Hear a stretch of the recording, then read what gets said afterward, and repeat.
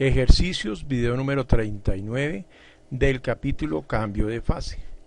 Pregunta número 9 de los ejercicios.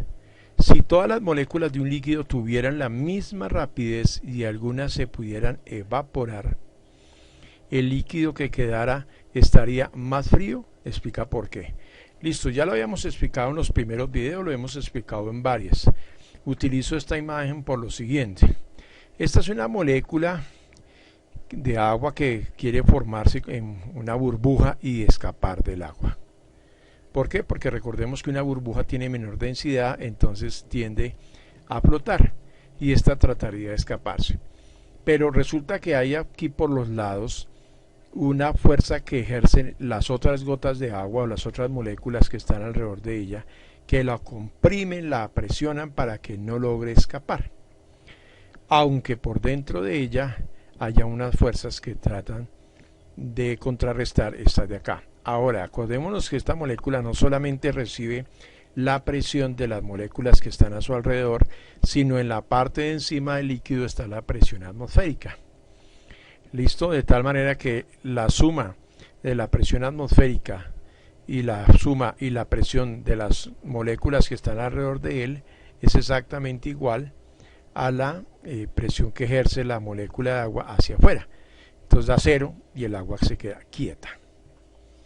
Una manera de aumentar esta presión es si la energía cinética de la molécula aumenta. Entonces, volvamos a recordar, la temperatura del agua en un líquido es el promedio de la energía cinética del agua o el líquido, lo que estemos midiendo. Repito, la temperatura es el promedio de la sumatoria, del promedio de la energía cinética de las moléculas que componen el líquido, en este caso el agua. ¿Qué quiere decir promedio? Que hay moléculas que tienen más energía cinética que otras. Podría decirse que tienen más temperatura que las otras. Entonces, ¿qué es lo que sucede con una molécula que tiene bastante energía cinética, pero no la suficiente para escapar?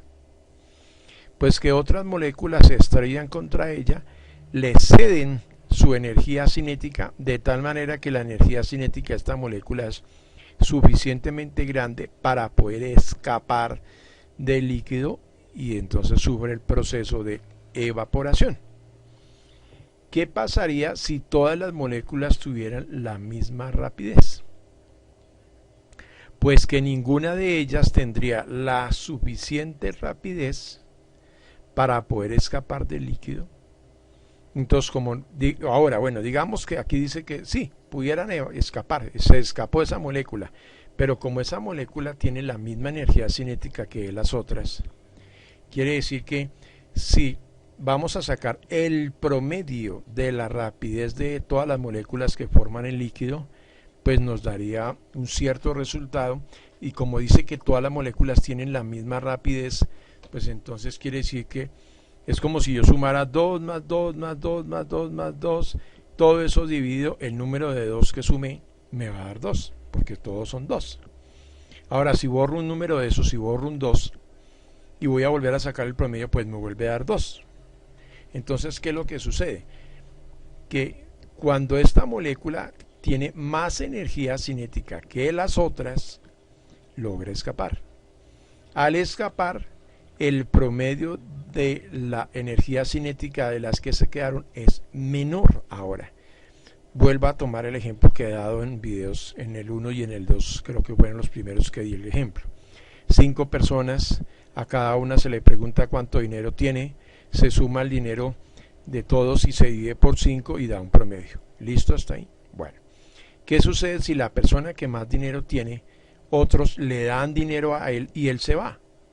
Y quedaron solamente 4 y vamos a sacar nuevamente a preguntarles a ellos qué dinero tienen y vamos a sumar y a dividir por 4 y nos va a dar que el promedio es menor.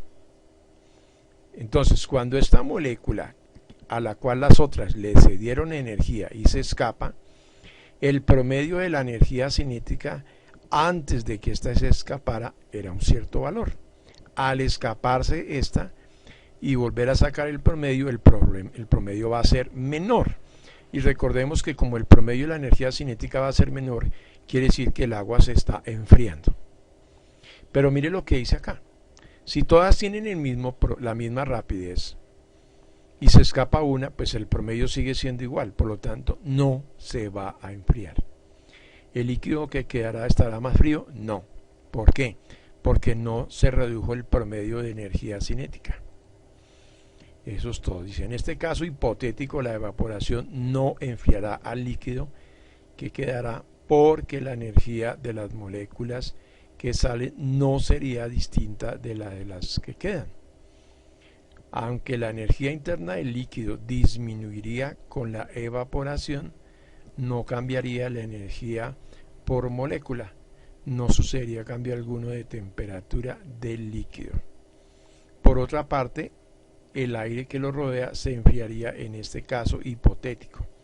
Las moléculas que se alejaran de la superficie del líquido serían desaceleradas por la fuerza de atracción del líquido que actuaría sobre ellas, o sea, el agua las vuelve a jalar.